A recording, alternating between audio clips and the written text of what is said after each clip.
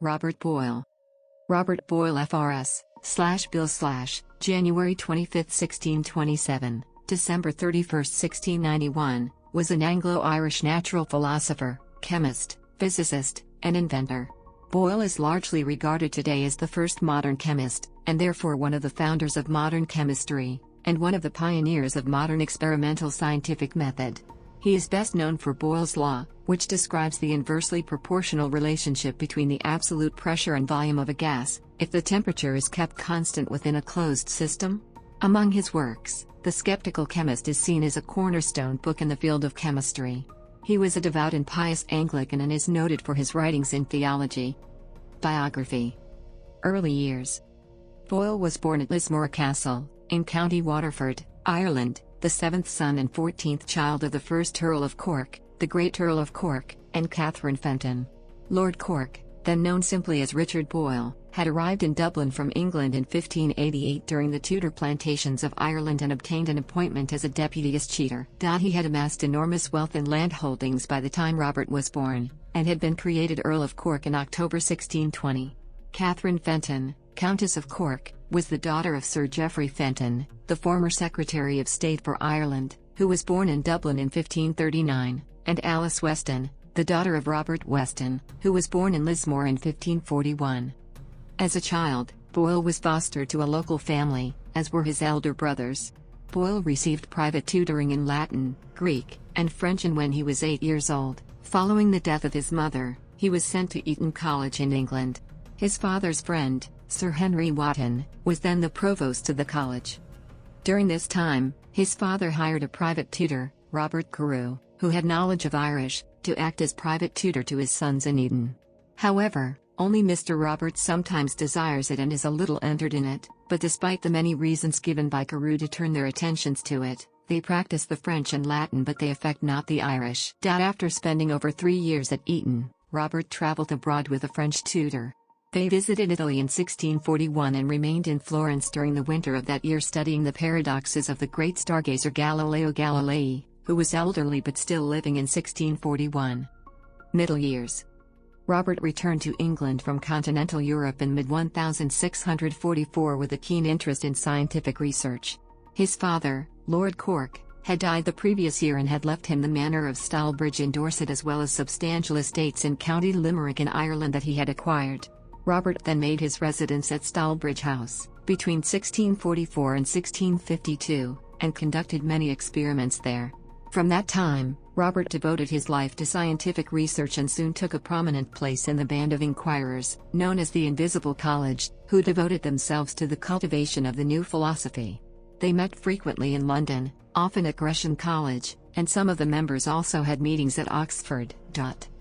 Having made several visits to his Irish estates beginning in 1647, Robert moved to Ireland in 1652 but became frustrated at his inability to make progress in his chemical work. In one letter, he described Ireland as a barbarous country where chemical spirits were so misunderstood and chemical instruments so unprocurable that it was hard to have any hermetic thoughts in it. In 1654, Boyle left Ireland for Oxford to pursue his work more successfully. An inscription can be found on the wall of University College, Oxford, the High Street at Oxford, now the location of the Shelley Memorial, marking the spot where Cross Hall stood until the early 19th century. It was here that Boyle rented rooms from the wealthy apothecary who owned the hall.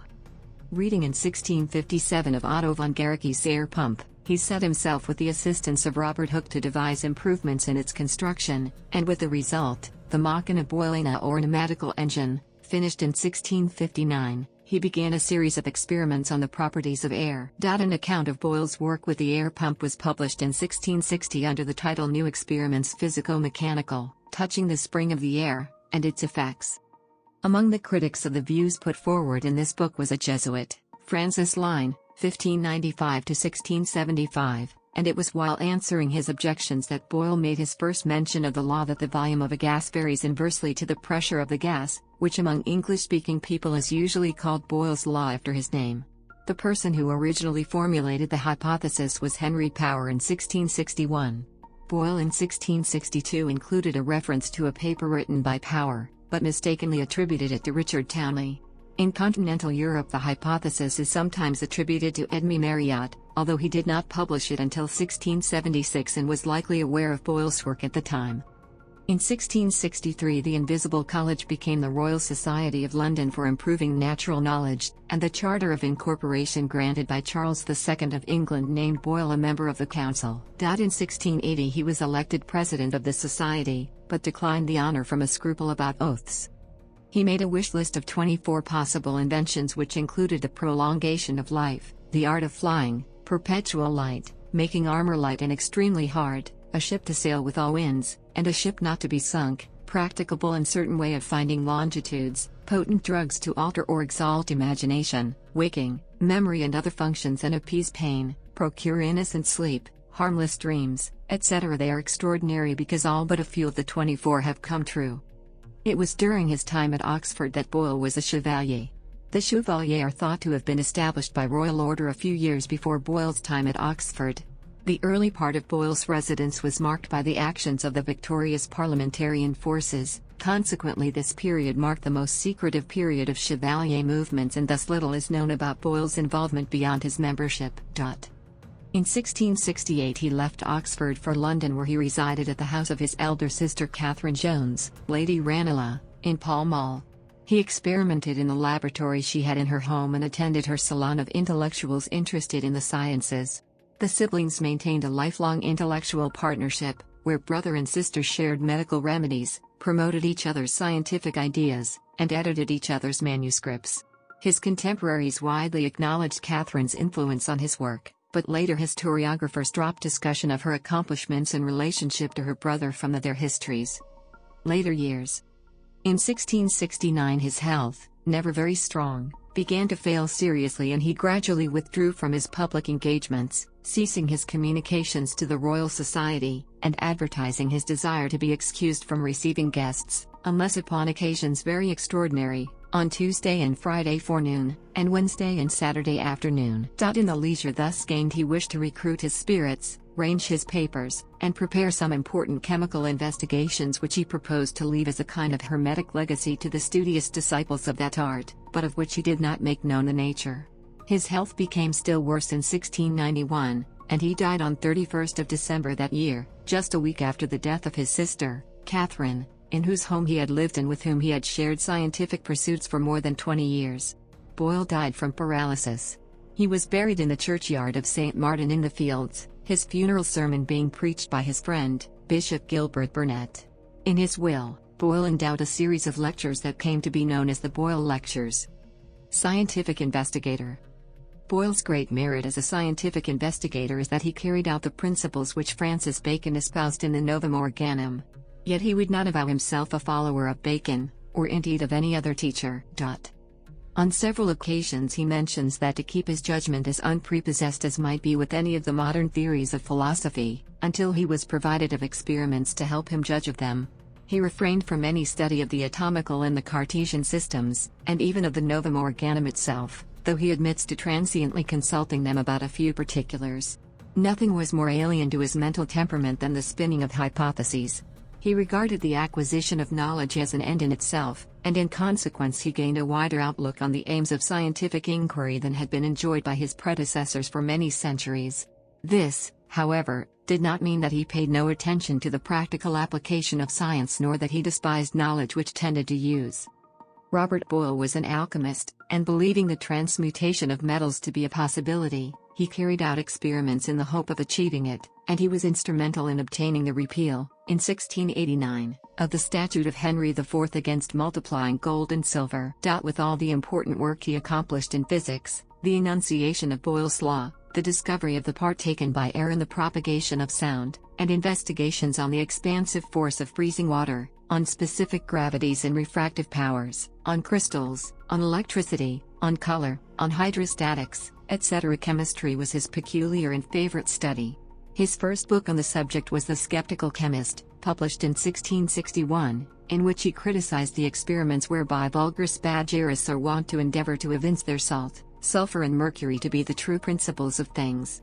For him chemistry was the science of the composition of substances, not merely an adjunct to the arts of the alchemist or the physician. He endorsed the view of elements as the undecomposable constituents of material bodies, and made the distinction between mixtures and compounds. He made considerable progress in the technique of detecting their ingredients, a process which he designated by the term analysis. He further supposed that the elements were ultimately composed of particles of various sorts and sizes, into which, however, they were not to be resolved in any known way.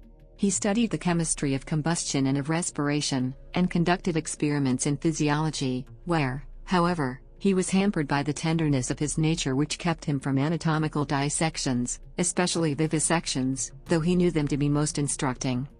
Theological interests. In addition to philosophy, Boyle devoted much time to theology, showing a very decided leaning to the practical side and an indifference to controversial polemics. At the restoration of the king in 1660, he was favourably received at court, and in 1665 would have received the provostship of Eton College had he agreed to take holy orders, but this he refused to do on the ground that his writings on religious subjects would have greater weight coming from a layman than a paid minister of the church. Moreover, Boyle incorporated his scientific interests into his theology, believing that natural philosophy could provide powerful evidence for the existence of God. In works such as Disquisition about the Final Causes of Natural Things, 1688, for instance, he criticized contemporary philosophers, such as René Descartes, who denied that the study of nature could reveal much about God. Instead, Boyle argued that natural philosophers could use the design apparently on display in some parts of nature to demonstrate God's involvement with the world. He also attempted to tackle complex theological questions using methods derived from his scientific practices. In some physico-theological considerations about the possibility of the resurrection, 1675, he used a chemical experiment known as the reduction to the pristine state as part of an attempt to demonstrate the physical possibility of the resurrection of the body. Throughout his career, Boyle tried to show that science could lend support to Christianity. As a director of the East India Company, he spent large sums in promoting the spread of Christianity in the East, contributing liberally to missionary societies and to the expenses of translating the Bible or portions of it into various languages. Boyle supported the policy that the Bible should be available in the vernacular language of the people. An Irish-language version of the New Testament was published in 1602 but was rare in Boyle's adult life. In 1680-85, Boyle personally financed the printing of the Bible, both Old and New Testaments, in Irish. In this respect, Boyle's attitude to the Irish language differed from the English ascendancy class in Ireland at the time, which was generally hostile to the language and largely opposed the use of Irish, not only as a language of religious worship. Boyle also had a monogenist perspective about race origin. He was a pioneer studying races, and he believed that all human beings, no matter how diverse their physical differences, came from the same source, Adam and Eve. He studied reported stories of parents giving birth to different colored albinos, so he concluded that Adam and Eve were originally white and that Caucasians could give birth to different colored races. Boyle also extended the theories of Robert Hooke and Isaac Newton about color and light via optical projection, in physics, into discourses of polygenesis, speculating that maybe these differences were due to seminal impressions. Taking this into account, it might be considered that he envisioned a good explanation for complexion at his time, due to the fact that now we know that skin color is disposed by genes, which are actually contained in the semen. Boyle's writings mention that at his time, for European eyes, beauty was not measured so much in color of skin, but in stature, comely symmetry of the parts of the body, and good features in the face. Various members of the scientific community rejected his views and described them as disturbing or amusing. In his will, Boyle provided money for a series of lectures to defend the Christian religion against those he considered notorious infidels, namely atheists, deists, pagans, Jews and Muslims, with the provision that controversies between Christians were not to be mentioned. See Boyle Lectures. Awards and honors. As a founder of the Royal Society, he was elected a Fellow of the Royal Society, FRS, in 1663. Boyles Law is named in his honor. The Royal Society of Chemistry issues a Robert Boyle Prize for Analytical Science, named in his honor. The Boyle Medal for Scientific Excellence in Ireland, inaugurated in 1899, is awarded jointly by the Royal Dublin Society and the Irish Times. Launched in 2012, the Robert Boyle Summer School, organized by the Waterford Institute of Technology with support from Lismore Castle, is held annually to honor the heritage of Robert Boyle. Important works. The following are some of the more important of his works. Among his religious and philosophical writings were. Among his religious and philosophical writings were. Among his religious and